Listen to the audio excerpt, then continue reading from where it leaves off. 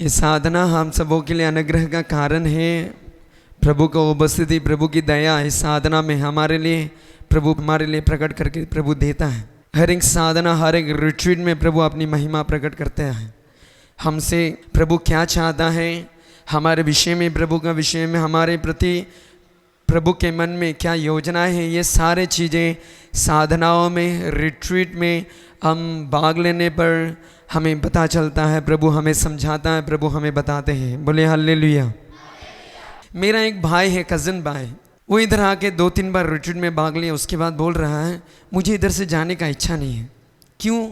जब भी घर जाएगा, जो निर्णय, जो फैसलाएं मैं लेता हूँ, इधर से रिट्रीट में भाग लेने के बाद फैसला लेता है कि मैं झूठ नहीं बोलूँगा, गुस्सा नहीं करूँगा, बुराई नहीं करूँगा। ये सब निर्णय, फैसला मैं लेता हूँ इधर से, लेकिन घर जाने के बाद हालत का वैसा हो जाता है।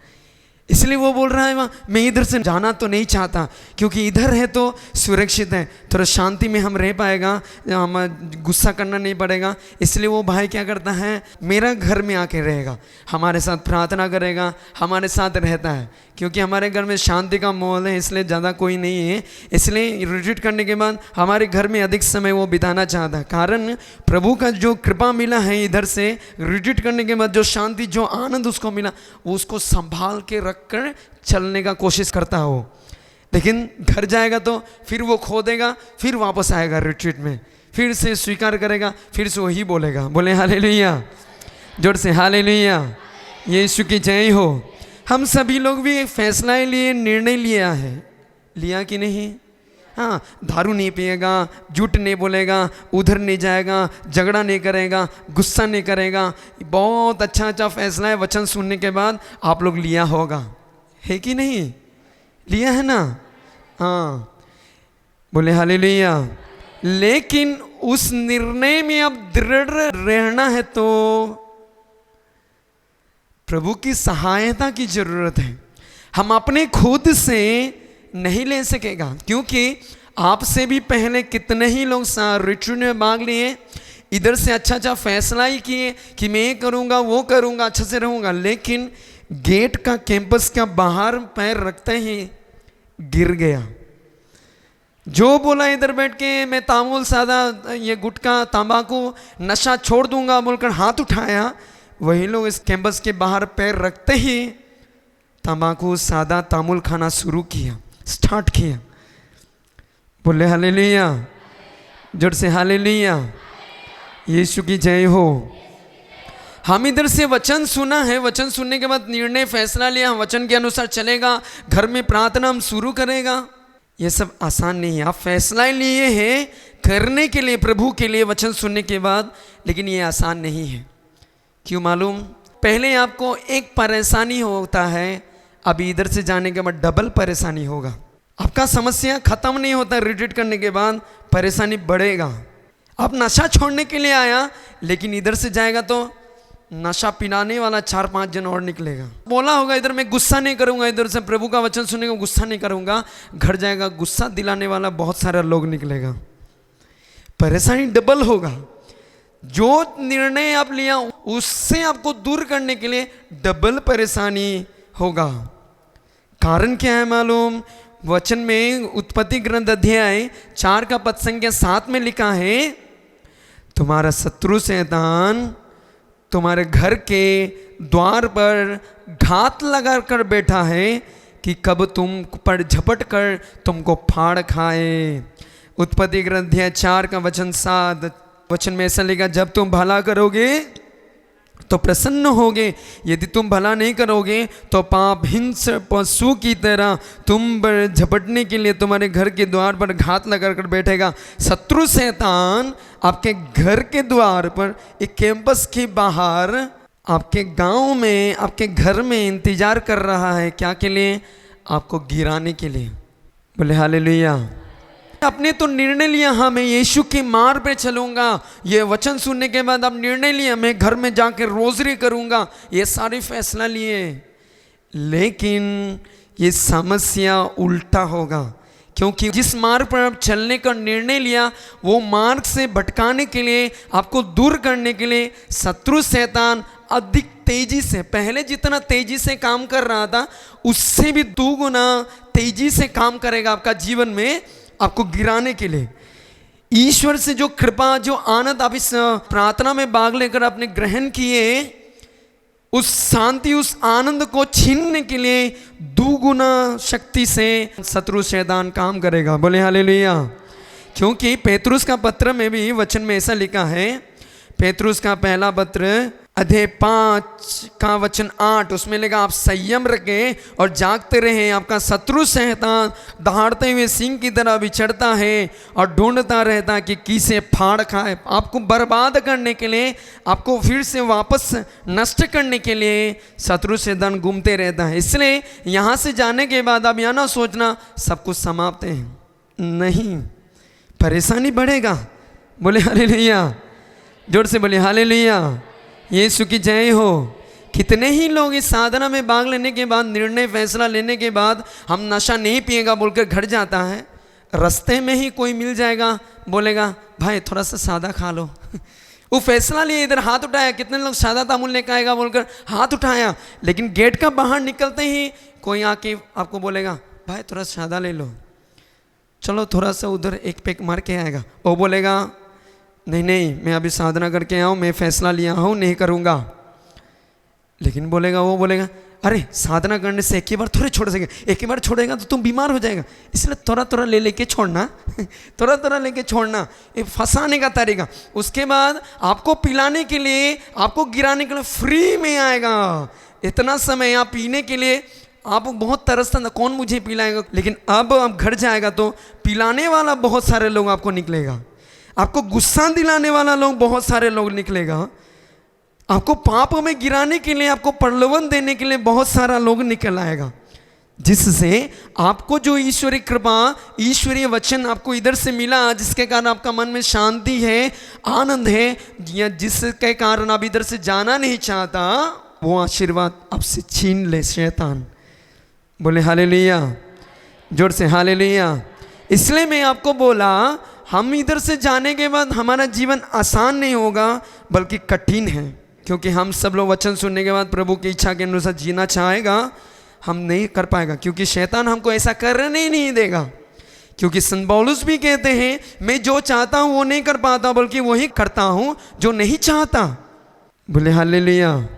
इसलिए ये प्रभु को भी मालूम है, प्रभु को भी मालूम है, कोई निरे मनुष्य अपनी इच्छा से प्रभु के मार्ग पर नहीं चल सकता। कोई अपनी इच्छा से घर में जाके प्रार्थना वो शुरू करे, नहीं हो सकता। कोई अपनी इच्छा से चाहेगा पाप छोड़े, नशा छोड़े, नहीं कर सकता। कोई अपनी इच्छा से बोलेगा मैं गुस्सा नहीं करूँगा, झगड़ा नहीं करूँगा, कुछ गलत शब्द नहीं बोलूँगा, अपने जीव पर नियंत्रण रखूँगा, नहीं कर पाएगा, क्योंकि मनुष्य दुर्बल है।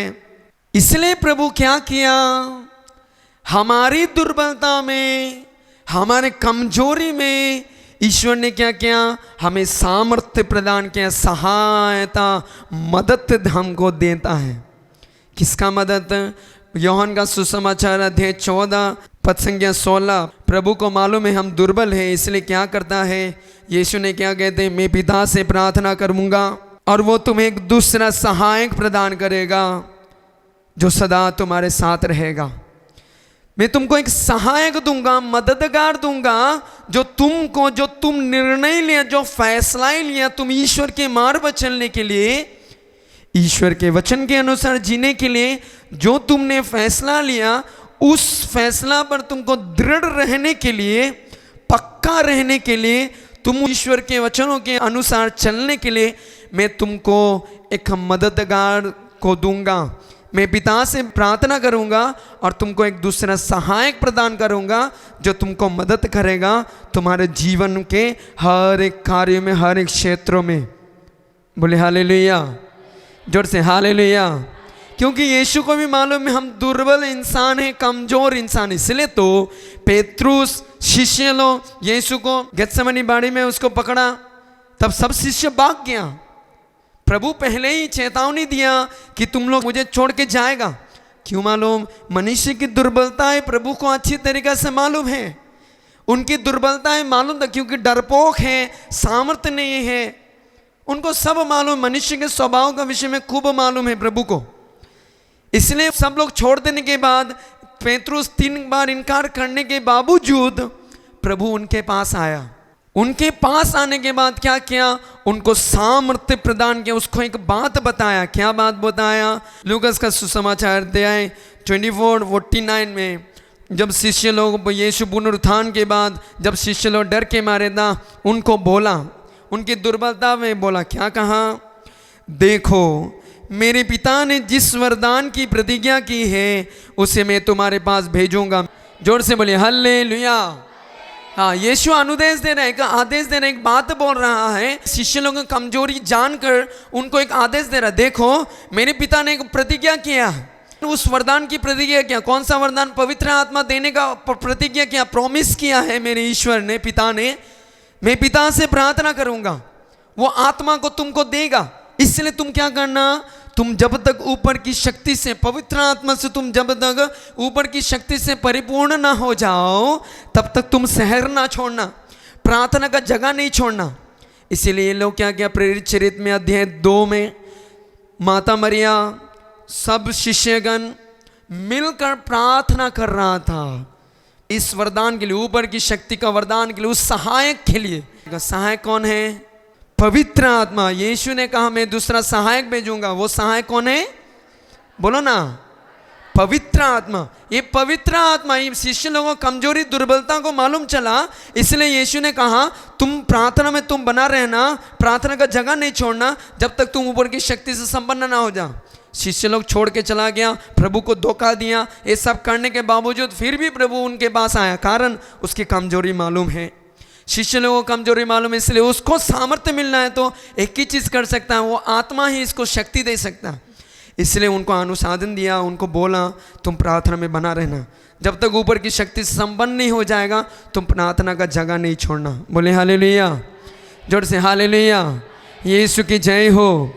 हमारे जीवन में भी हम जब निर्णय लिए हैं प्रभु के वचनों पर चलने के लिए, प्रभु के मार्ग पर चलने का जीवन जीने के लिए हम तैयार हम हो रहे हैं, निर्णय लिए हैं, प्रभु को मालूम है हम फैसला तो लिए लेकिन कर नहीं पाएगा। इसलिए यीशु ने कहा मैं पिता से प्रार्थना करूंगा तुम्हारे लिए, जिससे वो तुम्हें एक दूसरा सहायक भेजे, मददगार भेजे, तुमको मदद करेगा, तुमको सहायता देगा। ईश्वर के मार्ग पर, ईश्वर के वचन पर, ईश्वर के इच्छा के अनुसार जीवन जीने के लिए तुमको वो मदद देगा। कौन देगा? पवित्र आत्मा। बोले हालेलुया, यीशु की जय हो। यीशु ने कहा मार्ग मैं हूँ, सत्य मैं हूँ, जीवन मैं हूँ। ये सब जानने के बावजूद उस मार्ग पर चलना है तो हमें सहाय चाहिए, पवित्र आत्मा चाहिए। इसलिए यीशु अपने शिष्यों पर और हम सभी पर पवित्र आत्मा उड़लता है, पवित्र आत्मा देते हैं। हमने सुने थे प्रेरित चरित्र 2:17 में प्रभु ने कहा मैं अंतिम दिनों सब शरीरधारियों पर आत्मा उतारूंगा। ये आत्मा मिलना है, ये आत्मा का बिना हम इधर से जाएगा, हम फंस जाएगा। अब निर्णय लेगा हो मैं कर सकूंगा, हो रिट्रीट तो बहुत अच्छा था, अच्छा सा निर्णय लेके जाएगा, फैसला लेके जाएगा, नहीं कर पाएगा, अब गिर जाएगा। इसलिए हमें फादर हमें पहले सिखाते थे, वो क्या सिखाता मालूम? इधर हम कितना प्रार्थना करता है, कितना वचन सुना रहा है, उसमें हम भरोसा नहीं कर सकता एक व्यक्ति को। जब तक पवित्र आत्मा से परिपूरित नहीं हो जाएगा वो व्यक्ति संसार में जाने से टिक नहीं पाएगा। बिना आत्मा का आप बाहर जाएगा, कितना भी वचन सुनाओ, कितना भी प्रार्थना करो, लेकिन अगर आप आत्मा से नहीं भरा हो अब इस संसार को फेस नहीं कर सकेगा, टिक नहीं सकेगा इस संसार के आगे, अब आप में गिर जाएगा। जितना भी प्रार्थना करने वाला हो अब गिर जाएगा। इसलिए हमें क्या है, आत्मा हमारे अंदर है तो आत्मा सहायता प्रदान करता है प्रलोभनों को सामना करने के लिए, और बुराई जो भी आता है हमें गिराने के लिए, हमें शत्रु से आता, हमें नष्ट करने के लिए आता, उस सबों का हम फेस करने सकेगा, उसका सामना हम कर सकेगा।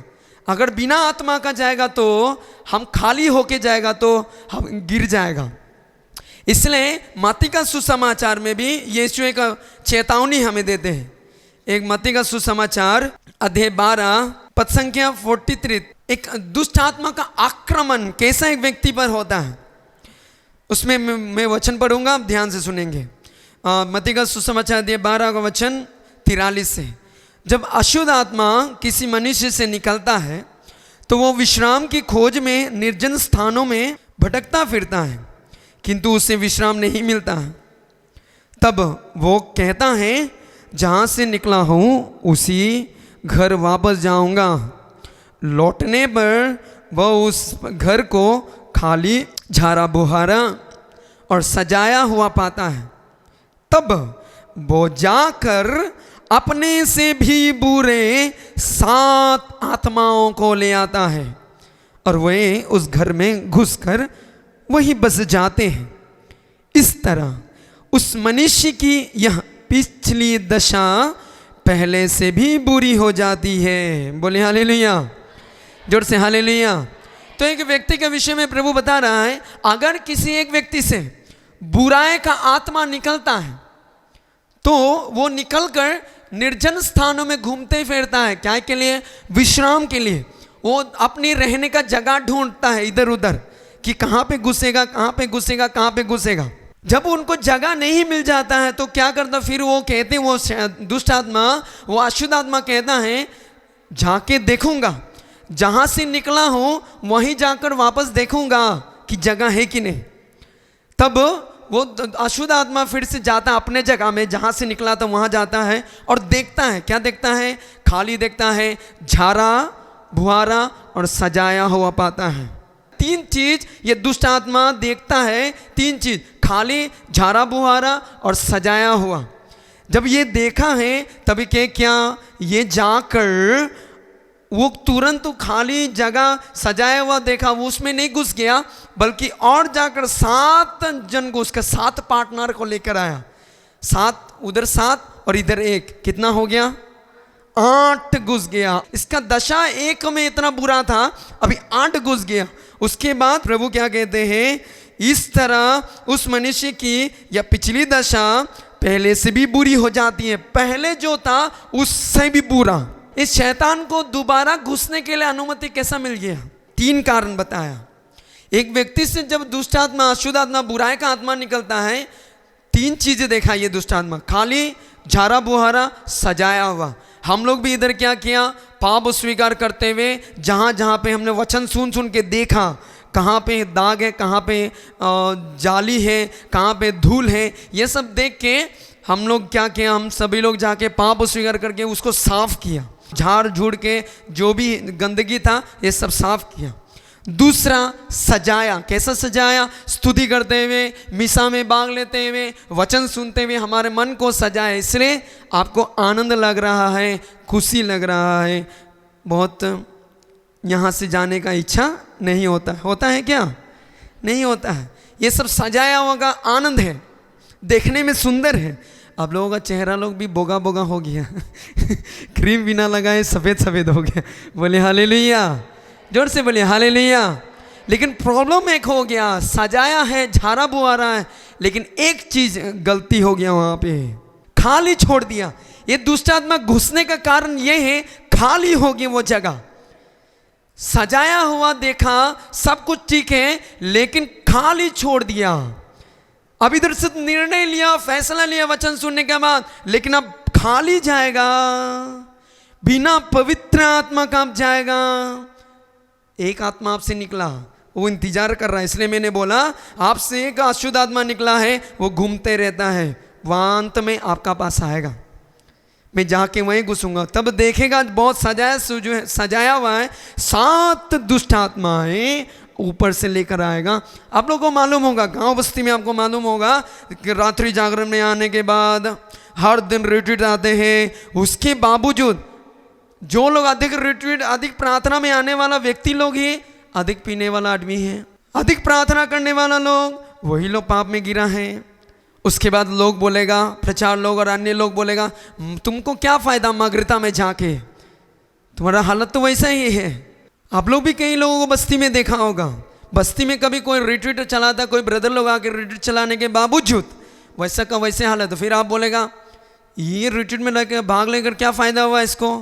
रिट्रीट में तो प्रभु तो कृपा देना चाहता है, उसको सजाया, उसको कृपा दिया, सब कुछ दिया, वो व्यक्ति फैसला भी लिया होगा, ये नहीं करेगा, लेकिन ये फिर वापस कैसा फंस गया, कारण उसका पीछे है, खाली किया। उसके विषय में वो ध्यान नहीं दिया। वो सिर्फ निर्णय लिया, फैसला ही लिया कि मैं इन्हें करूँगा, वो करूँगा, ये करूँगा, प्रभु के मार्ग पर चलूँगा। लेकिन क्या हो गया? खाली छोड़ दिया घर। इसी कारण बुराई का आत्मा आकर उसका जो पहले गिरजा जाता था, आज वो भी नहीं जाता। पहले एक बोतल पीता था, अभी पूरा बोटवा, पूरा हड़िया का पूरा बोटवा गटका देता है। पहले एक तामुल खाता था दिन में, अभी पूरा तामुल खा के रहता है। ये सब बुराइयां हैं, ये अंधकार का शक्ति अंदर चला गया। इसलिए हमारे खालीपन में क्या करना?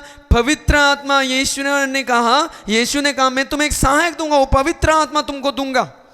वो सहायक से हम भरना, वो पवित्र आत्मा से हम अपने जीवन को भरना। इसलिए प्रभु ने वायदा किया, मैं अंतिम दिन सब शरीरधारियों पर अपना आत्मा उतारूंगा। इसलिए यूहन्ना का सुसमाचार 3 का वचन 34 में कहा, ईश्वर प्रचुर मात्रा में पवित्र आत्मा प्रदान करता है। ईश्वर का इच्छा है प्रत्येक मनुष्य पवित्र आत्मा से भर जाना। ईश्वर का इच्छा है, कारण हमारी दुर्बलता में हमें शक्ति प्रदान करने वाला केवल एक ही इंसान है, एक ही व्यक्ति है, वो पवित्र आत्मा। हम मनुष्य को प्रभु के मार्ग पर, ईश्वर के मार्ग पर, ईश्वर की इच्छा के अनुसार जीवन जीना है तो एक ही व्यक्ति कर सकता है, हमको सामर्थ्य शक्ति दे सकता है, वो पवित्र आत्मा। बोले हालेलुया, जोर से बोले हालेलुया। पेत्रुस शिष्य लोग यीशु को त्यागा, यीशु को छोड़ दिया, यीशु को इनकार किया। उसके बाद ये लोग डर डर के मारे में रहा। पेत्रुस और कुछ शिष्य लोग, प्रभु उसको बुलाया सेवा के लिए मछली का, जब कई साल पहले उसको बुलाया, तुम मछली का जाल छोड़ो, मैं तुम्हें मनुष्य को पकड़ने के लिए तुमको बुलाता हूँ, तुम मनुष्य को पकड़ना, अब से तुम मनुष्य को पकड़ोगे। पेत्रुस को बुलाया। वही पेत्रुस अंत में क्या किया? जब प्रभु मर गया तब सोचा, प्रभु उसको बोला, पहले से बोला, देखो मैं दुख भोगूंगा, क्रूस पर चढ़ाया जाऊंगा, तीसरे दिन जी उठूंगा। प्रभु उसको बोला, पेत्रुस को बोला अच्छे तरीका से, लेकिन उस बात में ध्यान नहीं दिया। जब यीशु मर गया तब सोचा सबको समाप्त है। मैं पेत्रुस बोला बाकी शिष्यों को, मैं तो जा रहा हूँ मछली मारने, तो बाकी शिष्य लोग भी बोला मैं भी जाऊँगा। फिर से वापस उसी नौकरी में, उसी काम में चला गया जहाँ से प्रभु बुलाया। लेकिन प्रभु ढूंढते ढूंढते आए। सब लोग, शिष्य लोग डर के मारे एक ही कमरा में सब बंधा था।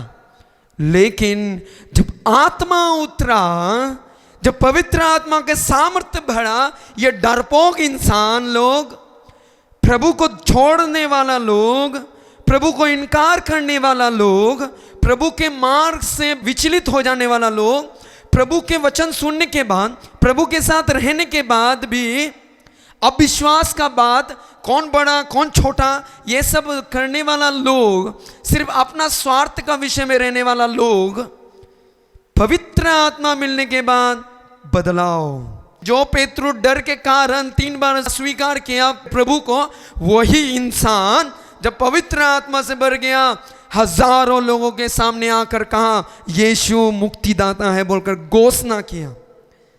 कैसा एक डरपोक व्यक्ति कैसा सामर्थ्य बन गया। पवित्र आत्मा उसको सहायता शक्ति दिया। बोले हालेलुया, जोर से हालेलुया, यीशु की जय हो। इसलिए हमारे निर्णय, हम फैसला जो अब लिया है इस रिट्रीट में, साधना में भाग लेकर हम फैसला लिया अच्छा जीवन जीने के लिए, नशा छोड़ने के लिए, प्रार्थना करने के लिए, वे सब आप कर सकेगा कब? जब आत्मा आपके अंदर आएगा तब।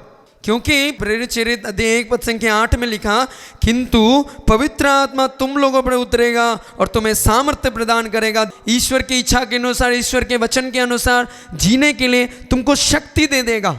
इसलिए हमारा जो खालीपन है, इस रिट्रीट में भाग लेकर जो खाली हो गया, एक खालीपन को लेके नहीं जाना। खालीपन को लेके जाएगा अब गिरेगा। इसलिए इस खालीपन को भरना, ईश्वर भी चाहता है इस खालीपन को भरना, क्योंकि ईश्वर का इच्छा है ये पवित्र आत्मा से भरना। अब ईश्वर का इच्छा है पवित्र आत्मा से भरना। इस यीशु भी कहा, मैं पिता से प्रार्थना करूंगा जिससे वो तुमको सहायक प्रदान करे, जिससे वो तुमको सहायकता प्रदान करे, तुम्हारे साथ रहे। ये कारण क्या है? पवित्र आत्मा हमें क्यों देना चाहता है ईश्वर? पवित्र आत्मा क्यों हमें भरना चाहता है ईश्वर?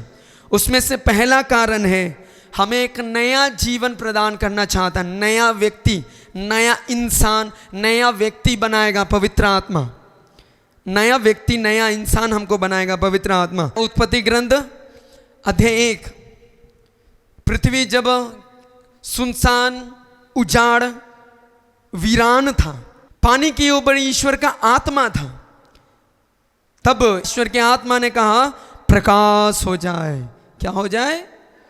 प्रकाश हो जाए। प्रकाश हो गया। उसके बाद जैसा जैसा वो ईश्वर आत्मा ने कहा वैसा वैसा हो गया। पृथ्वी का रूप बदल गया, नया बना दिया। ये आत्मा हमारे जीवन में जब आएगा, हमारे जीवन को भी नया बनाएगा, हमारे स्वभाव को नया बनाएगा, नया जीवन हमको प्रदान करता है। रोमी का नाम पत्र अध्याय 8 में ऐसा लिखा, जिस मनुष्य में मसीह का आत्मा निवास नहीं करता वो मसीह का नहीं है। जिसमें आत्मा निवास, ईश्वर का आत्मा, मसीह का आत्मा निवास नहीं करता वो ईश्वर का नहीं है।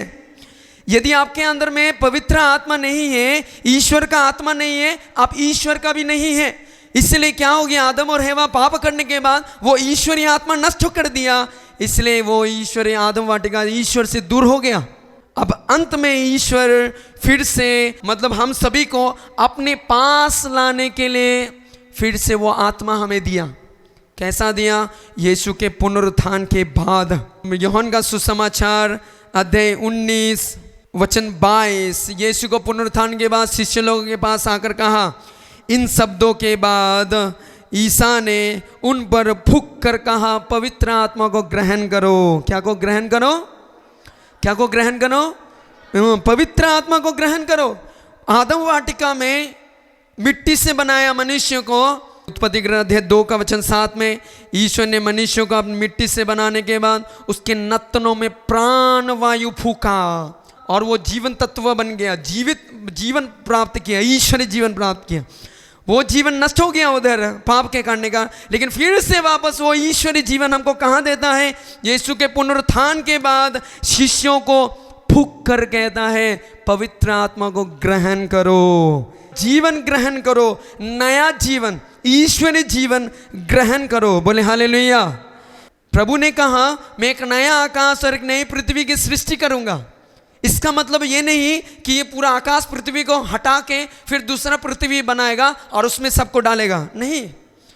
ये नया आकाश, एक नए पृथ्वी का सृष्टि कब होता है? जब एक इंसान के अंदर जब पवित्र आत्मा आ जाएगा, उनके लिए सब कुछ नया बन जाएगा। ये आकाश, ये पृथ्वी, ये सब देखने का नजरिया, सोचने का नजरिया सब बदल जाएगा। तब उस व्यक्ति के लिए एक नया जीवन, एक नया सृष्टि हो जाता है। पहला सामुएल अध्याय 10 का वचन 6, उसमें इज़राइल का पहला राजा साउल, प्रभु सामुएल को बोला कि जाके साउल का अभिषेक करो, राजा के रूप में, इज़राइल का राजा के रूप में अभिषेक करो। ये अभिषेक करने का बाद पहले वो क्या किया? सामुएल जाके ये साउल का सिर पर तेल उड़ल दिया, तेल डाल दिया, अभिषेक किया तेल। उसके बाद साउल को बोला तुमको प्रभु इज़राइल के राजा के रूप में तुमको नियुक्त कर रहा है। साउल को समझने के लिए कि प्रभु ने सचमुच मुझे चुना है बोलकर, ये उसको समझने के लिए सामुएल को चिन्ह दे दिया। बोला कि तुम नबी लोगों का दल मिलेगा, पहाड़ से उतर रहा होगा, वे लोग प्रभु के आराधना करते हुए, गीत गाते हुए उतर रहा होगा। तब तुम भी आत्मा से अविष्ट हो जाएगा, मतलब आत्मा से तुम भर जाएगा और तुम भी भविष्यवाणी करने लगोगे और तुम एक दूसरा व्यक्ति बन जाएगा। वो आत्मा उसको दूसरा व्यक्ति बना देगा। साउल को बोला वैसे ही हमारे हृदय में जब आत्मा आएगा, एक दूसरा इंसान बन जाएगा, दूसरा व्यक्ति बन जाएगा। आत्मा हमें एक नया जीवन प्रदान करता है, ईश्वरीय जीवन, ईश्वरीय स्वभाव का जीवन। दूसरा कारण, पवित्र आत्मा देने का दूसरा कारण है, मैंने आपको बताया, हमारे दुर्बलताओं में हमारे सहायता करने के लिए। रोमी का नाम संबालुस का पत्र अध्याय 8 का वचन 26 वचन में ऐसा लिखा है, आत्मा भी हमारे दुर्बलताओं में हमारी सहायता करता है। हम ये नहीं जानते कि हमें कैसी प्रार्थना करना चाहिए, किंतु आत्मा हमारे अस्पष्ट आहों द्वारा आत्मा स्वयं हमारे लिए विनती करता। आत्मा हमारे दुर्बलताओं में हमारी सहायता करने का हम फैसला, निर्णय लेते हैं, लेकिन हम कमजोर हैं, इसलिए उस फैसला लेने के बावजूद हम गिर सकता है, लेकिन उसमें दृढ़ता पूर्वक चलने के लिए प्रभु अपनी आत्मा के सामर्थ्य से हमें सहायता देता है।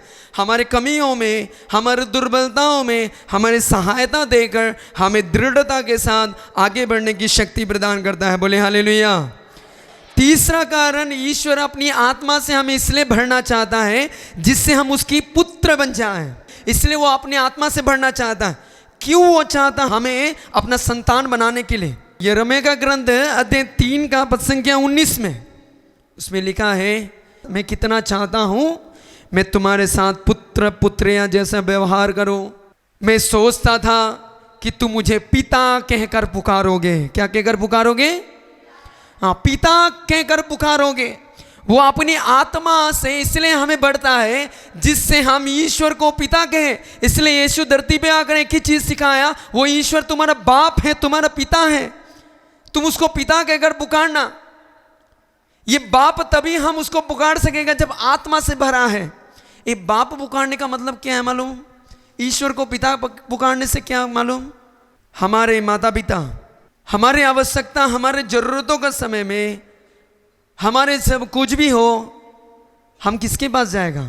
माता का पिता के पास जाएगा।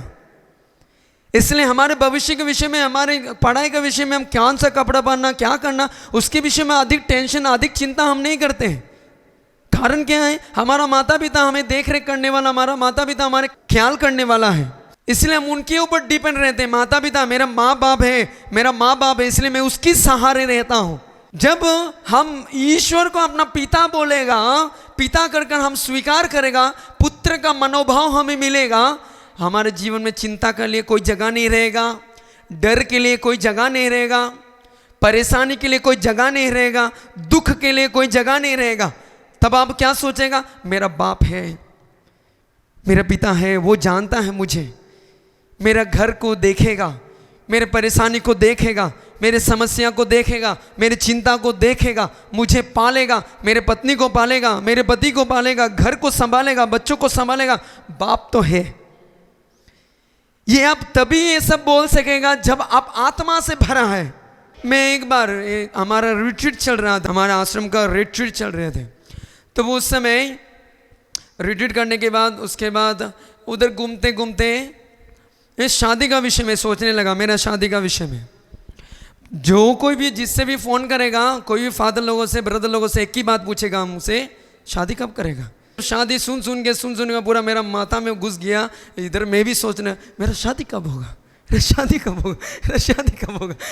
तो रिट्रीट के बीच में मैं उधर वो गरोडों का पास ऐसा रोजरी लेके घूम रहा था, वही बात सोच के और समर्पण करके प्रभु को समर्पित करते हुए घूम रहा था।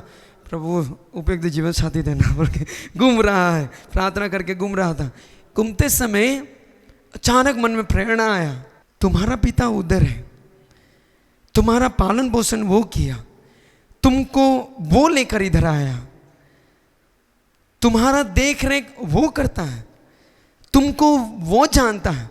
जिस तरह माता पिता एक बच्चों के लिए कौन सा स्कूल होना, कितना उम्र में वो स्कूल जाना, कौन सा कपड़ा उसका होना, क्या खाना है, क्या पहनना है, कहाँ जाना है, ये सब का फैसला माँ बाप करता है बच्चों का। तो मैं तुम्हारा बाप है, तुम्हारा शादी किस समय होना वो मुझे मालूम है, समय है, समय के अनुसार दूंगा। बोले हालेलुया, जोर से हालेलुया। तब एक चीज चिंता दूर हो गया, ओ पिता तो ऊपर है, उसको मालूम है मेरा शादी कब होना, कब मेरे लिए उपयुक्त समय है। अभी हड़बड़ी करने से कोई फायदा नहीं है। अभी हाथ पैर भी मारेगा तो लड़की तो नहीं मिलेगा, शादी तो नहीं होगा। प्रभु पिता ईश्वर जब करेगा, चाहेगा, मेरा बाप जब निर्णय करेगा, मेरा बाप जब देखेगा ये परिवक्त हो गया, हाँ इसका शादी का अभी उम्र हो गया, शादी करवाना है, जब वो चाहेगा, जिस समय वो निर्णय किया उसी समय होगा। बोले हालेलुया, जोर से हालेलुया। ये पुत्र का मनोभाव, ये पुत्र का मनोभाव मिलेगा। ओ मेरा बाप तो है, फिर क्यों चिंता करना, मेरा बाप तो है, वो मुझे देखेगा। ये कैसा मिलेगा? ये आत्मा द्वारा, ये पुत्र का मनोभाव कि वो मेरा बाप है पुकारने के लिए, ये आत्मा द्वारा आपको प्रेरणा मिलेगा, बूस्ट मिलेगा, अंदर से शक्ति मिलेगा। वो तुम्हारा बाप है, तुम फिर क्यों चिंता करता है? वो तुम्हारा बाप है, तुम क्यों डरता है? वो तुम्हारा बाप है, फिर बच्चों के लिए तुम क्यों चिंता करता है? ये बच्चा मैंने थोड़े पैदा किया, प्रभु ने दिया, ये बच्चा तो उसका है, फिर मैं क्यों चिंता करेगा? चिंता करने उसका काम है। ये स्त्री जिसे मेरे साथ अभी रह रहा है, ये तो ईश्वर दिया, क्यों फालतू में इसके लिए चिंता करेगा? प्रभु दिया, इसलिए प्रभु उसको चिंता करना, इसलिए उसके विषय में पकड़। इसका मतलब ये ना सोचना उसको ख्याल नहीं रखना, चिंता वो करेगा इसलिए हम बातचीत नहीं कर, वो बात अलग है, इसका विषय में अलग है, ये चिंता है। प्रभु ने दिया ये घर, ये नौकरी प्रभु ने दिया, इसलिए वो देखेगा, वो संभले, क्योंकि वो मेरा बाप है। ये कैसा मनोभाव मिलेगा? पवित्र आत्मा जब आएगा तब हमको ये मनोभाव देगा। इसलिए आगे वचन में संत पौलुस कहते हैं, आत्मा स्वयं हमें आश्वासन देता है कि हम सचमुच ईश्वर का संतान है, और आत्मा की प्रेरणा के सिवा कोई ये बोल नहीं सकता अब्बा पिता। उसको बाप बोलकर कोई आत्मा का बिना कोई नहीं बोल सकता उसको पिता। हम लोग बोल सकेंगे मेरे पिता, लेकिन अंतरतम से जो आना है, वो अंतरतम से जो आएगा बाप, उस समय अब चिंता नहीं होगा, दुखी नहीं रहेगा, परेशान अब नहीं रहेगा। जीवन का कितना भी परेशानी आपका जीवन में हो, दुनिया इधर से उधर हो जाओ, आप कुछ नहीं डरेगा, आप परेशान नहीं होगा, आप दुखी नहीं होगा, क्योंकि आपका ऊपर एक जन है, आपका बाप है। ये कब प्रेरणा आपको मिलेगा? जब आत्मा आपका अंदर बढ़ेगा। इसलिए बाइबल ने कहा जो आत्मा से संचालित हुए सभी ईश्वर का संतान है। ईश्वर का संतान हमको बनाएगा, आत्मा हमारे अंदर में रहकर हमको बूस्ट देगा, हमको बताएगा, समझाएगा कि वो तुम्हारा बाप है, तुम फिर क्यों चिंता करता, आश्वासन देगा। फादर बता रहा था मीसा का समय में एक बहन बहुत बीमार था, बहुत बीमार। रिट्रीट में किया, अच्छा पाँव सिगर किया, पाँव सिगर करने के बाद प्रसाद ग्रहण किया। प्रसाद ग्रहण करने के बाद वो बहन बोला, प्रभु अभी तो मेरा बीमारी आपका बीमारी है, मेरा बीमारी आपका बीमारी। प्रभु ने कहा जो मुझे खाता है वो मुझ में रहता है और मैं उसमें। इसलिए वो बहन बोला, प्रभु अभी तो मेरा बीमारी आपका बीमारी है, अभी आपको चंगा करना नहीं करना वो आपके ऊपर बात है। ये तो आपका बीमारी है, अभी चंगा करना नहीं करना वो आपके ऊपर निर्भर है आपका ऊपर निर्भर। प्रभु को फंसाया, बोले हालेलुया, ये क्या हो गया, चंगा उधर हो गया, प्रभु चंगा कर दिया, उसको चंगा कर दिया। वैसा ही आत्मा हमको आश्वासन देगा, ये मेर तो आपका है, मेरा बीमारी आपका है। आत्मा हमको आश्वासन देता है। चौथा कारण पवित्र आत्मा देने का वो क्या है? एजिकल का ग्रंथ अध्याय 36 का 27 में वचन में ऐसा लिखा है, मैं तुम में अपनी आत्मा रख दूंगा जिससे तुम ईमानदारी से मेरी संहिता पर चलोगे, मेरे वचन पर तुम चलोगे ईमानदारी से। मैं तुम में अपनी आत्मा रख दूंगा, तब तुम ईमानदारी से मेरे वचन के अनुसार तुम जीवन जिएगा। प्रार्थना करता है ईमानदारी से करने के लिए, मीसा में जाने के लिए, ईमानदारी से करने के लिए आत्मा हमको सहायता देता है। पांचवा बात है, ये ईश्वर का आत्मा, पवित्र करने वाला आत्मा हमें पवित्र करेगा। हमारे सोच, हमारे विचार, हमारे देखना, हमारा सुनना, हमारा बोलना, हमारा चाल चलन, हमारा पहनावा, ये सब को पवित्र करके दे देगा। पांचवा कारण हमको पवित्र करेगा, ये पवित्र आत्मा हमको पवित्र करेगा, हमारे स्वभाव को पवित्र करेगा, हमारे आचरण को पवित्र करेगा। इसलिए उसका वो आत्मा ईश्वर हमको देना चाहता है, इसलिए वो आत्मा हम ग्रहण करना। ये बाइबल में पढ़ा, यूहन्ना का सुसमाचार 3:34 में ईश्वर प्रचुर मात्रा में पवित्र आत्मा देता है। कितना मात्रा में?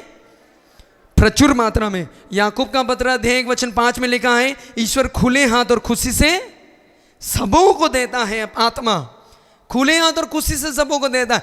अब वो प्रचुर मात्रा में देने वाला वो आत्मा, खुले हाथ से जो ईश्वर दे रहा है वो आत्मा, हम लेना कि नहीं लेना वो हमारे ऊपर निर्भर है।